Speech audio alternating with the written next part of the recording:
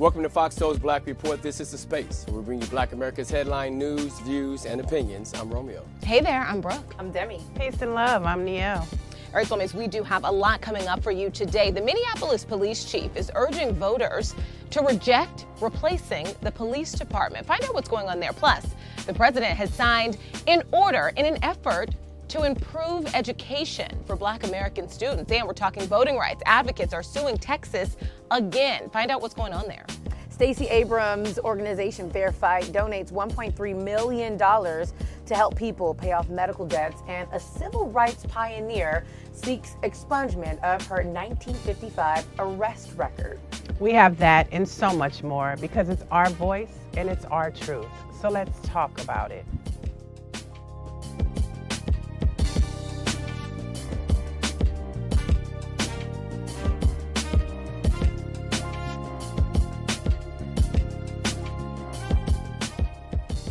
So it's good evening. Thank you for joining us today, this Thursday. Let's get to our top story. New York Attorney General Letitia James is planning to run for governor. Yeah, this is according to sources. 3 people directly familiar with her plan spoke to the Associated Press.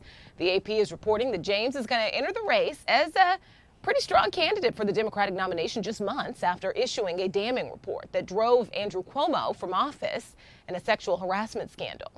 The 3 people familiar with her plans were not authorized to speak publicly. Of course, James is expected to make an announcement later this week. That is according to one of those sources. So Kimberly Peeler-Allen is James' campaign advisor. She said in a statement, the AG has made a decision regarding the governor's race. She will be announcing it in the coming days. So not only did she investigate Cuomo, she is investigating former President Trump. This is something that I feel like everyone saw coming. Yeah, I agree. I definitely agree with that. And it's a good thing. A lot of people are enjoying this. A lot of people are embracing it. Of course, some people are going to be totally against it. But at the end of the day, you know, here's another Black woman that's standing up that knows about the community, that's going to fight for what's right and going to try to get them on the right track for sure. You know, people absolutely saw this coming. People were already saying that this might happen months ago, back in February. You can read tweets on Facebook, Instagram. Everyone kind of thought that this was going to happen, but it just makes it look just a little bit shady. You know, when you look at it, it does kind of look like, you know, well, she tried to get him out of office for her own agenda. But at the end of the day, the very core, Andrew Cuomo, he needed to go for what he did. So two things can be true. That maybe she did have an agenda, but at the end of the day, if he did those acts, he needed to go also. So it had to happen. I'm just more concerned about what's going to happen with the investigation into Donald Trump. That was something that a lot of people were looking to see how she was going to apply charges, investigate what criminal charges may be applied to him. And now with her running for office, it kind of gives us a sense of that's not a top priority for her anymore. And that's something that a lot of the American people wanted to see. In New York, that was one way that Donald Trump would finally be held accountable for his misdeeds. Well, do you think by her saying she's going to run and she announced that she has to fall back from that? Or other people won't step up to try and pursue that situation as well?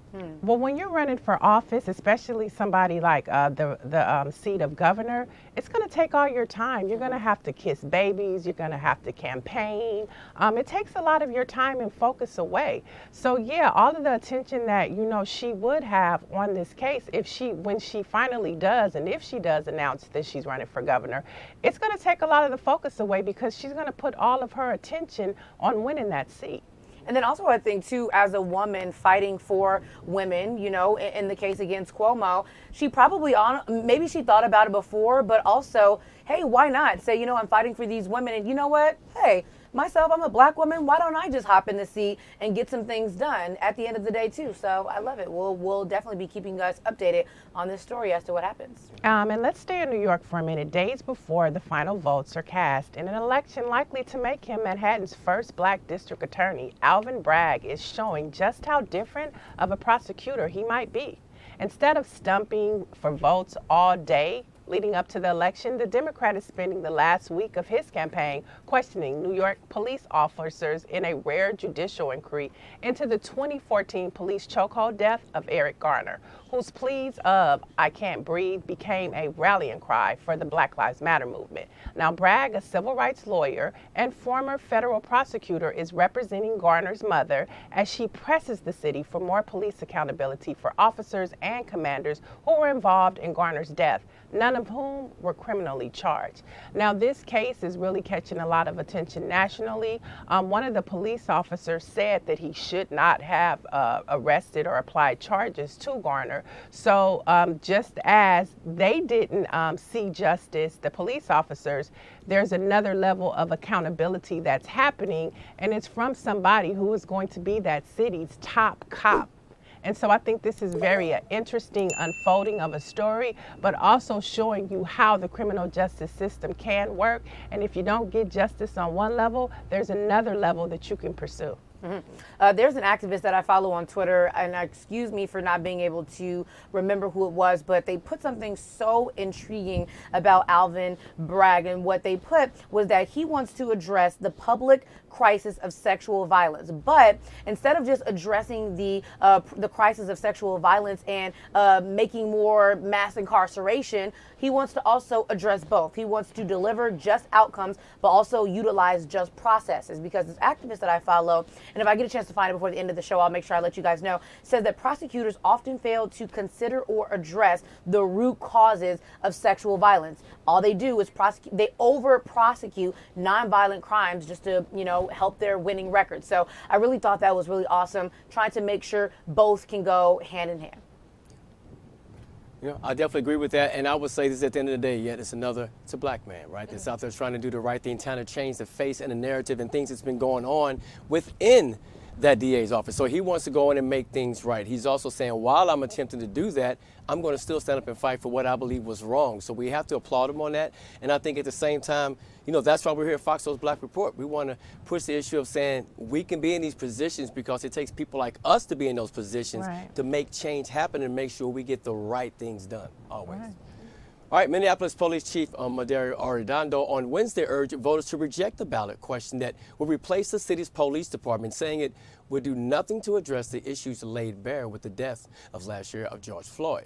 Voters will decide Tuesday whether to approve a new public safety unit that would take a more comprehensive public health approach to policing. The ballot question would also drop a required minimum number of police officers and give city council members more oversight of police. Opponents have said the proposal is vague with no specific plan for the replacement, and Arredondo took up the theme in his remarks.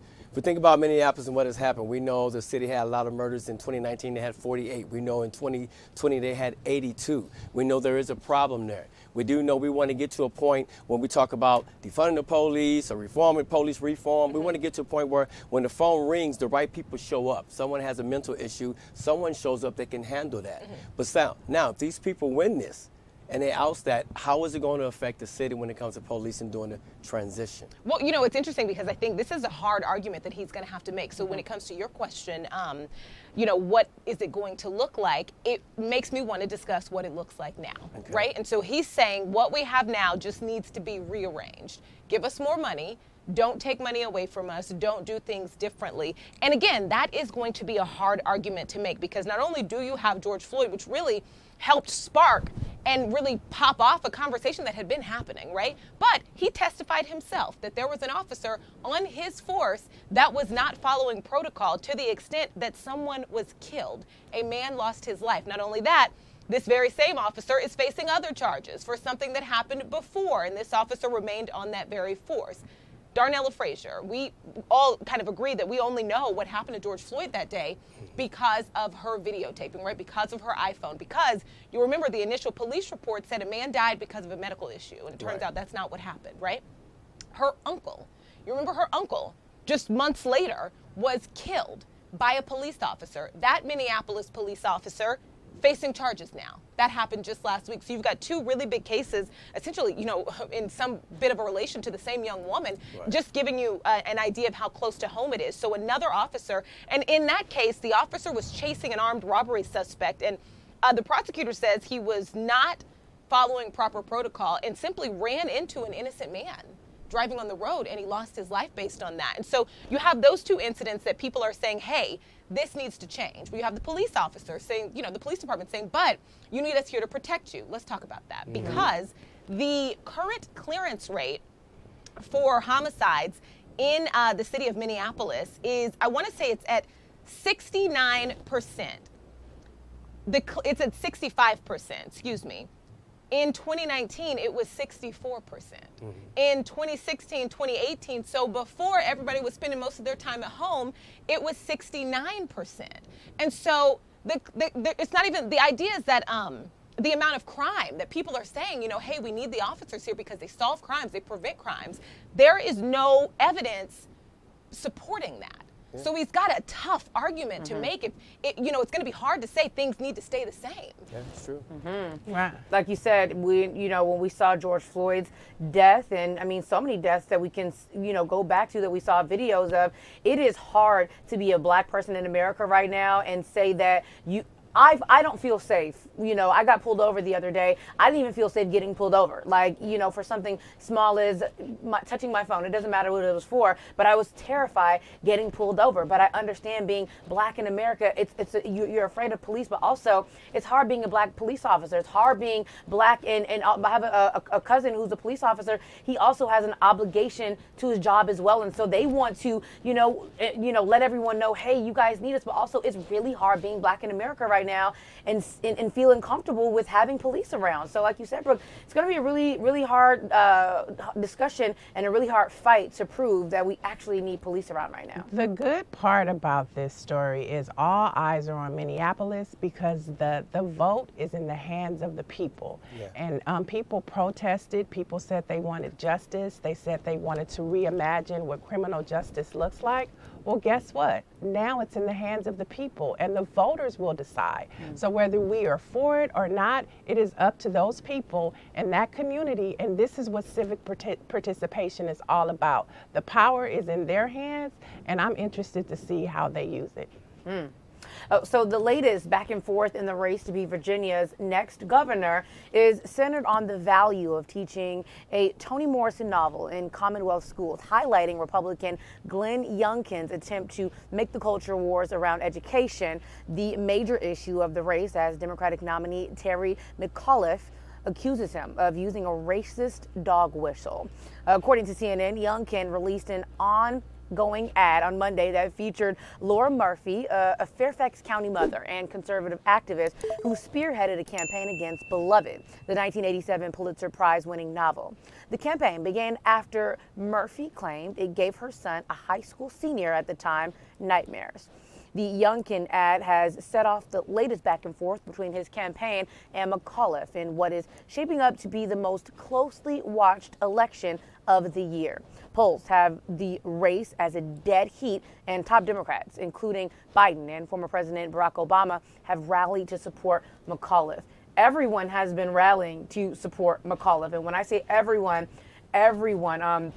Cory Booker has been doing a lot of tweets. He flew out to support. Kamala Harris has been supported. She actually put a tweet up yesterday. I mean, really, they are fighting for McAuliffe. And there's actually a rally that's going on tomorrow in Virginia where they're pulling in Pharrell, the rapper and producer. So there's a lot of push and a big push going behind McAuliffe. And so, again, we'll just have to see how this all turns out.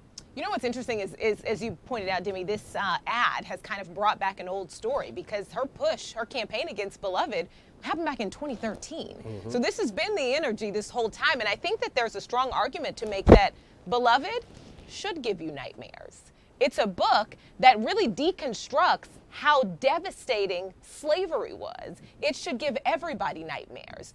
Slavery should give you nightmares. If you truly are being taught what happened to black people, to children at all ages, it's a nightmare. It should terrify you. The point is that you have an educator in place to kind of walk kids through that at their levels, yeah. Right? And if you're old enough to be reading Beloved, we're not talking about kindergartners here. It's not a book for kindergartners, but it should give you nightmares. Mm-hmm. That's how it should feel. You should not feel safe and I don't want to mean safe, but you shouldn't feel in a good mood after you read something about that, something that really breaks down what the destruction of slavery, like Beloved does. And right. so and it's just, one second, Neil.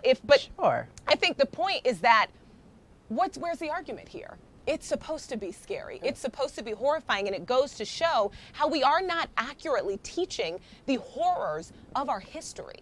So we talk about Beloved, but let's talk about books that they had us read in school. To Kill a Mockingbird. That was a horrific story too.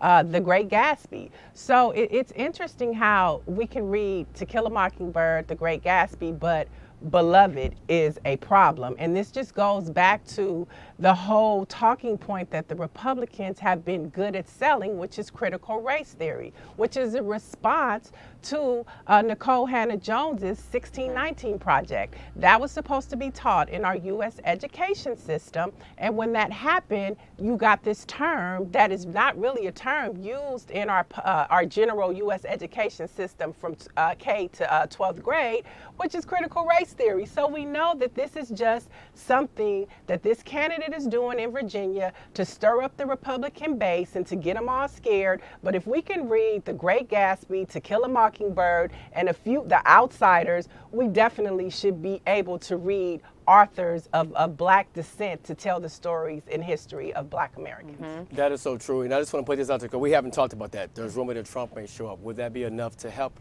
Would it be enough to help Youngkin or not? And if he does show up, would that happen? I mean, there's a lot of people that support Trump in Virginia, but is it enough to make that help him win?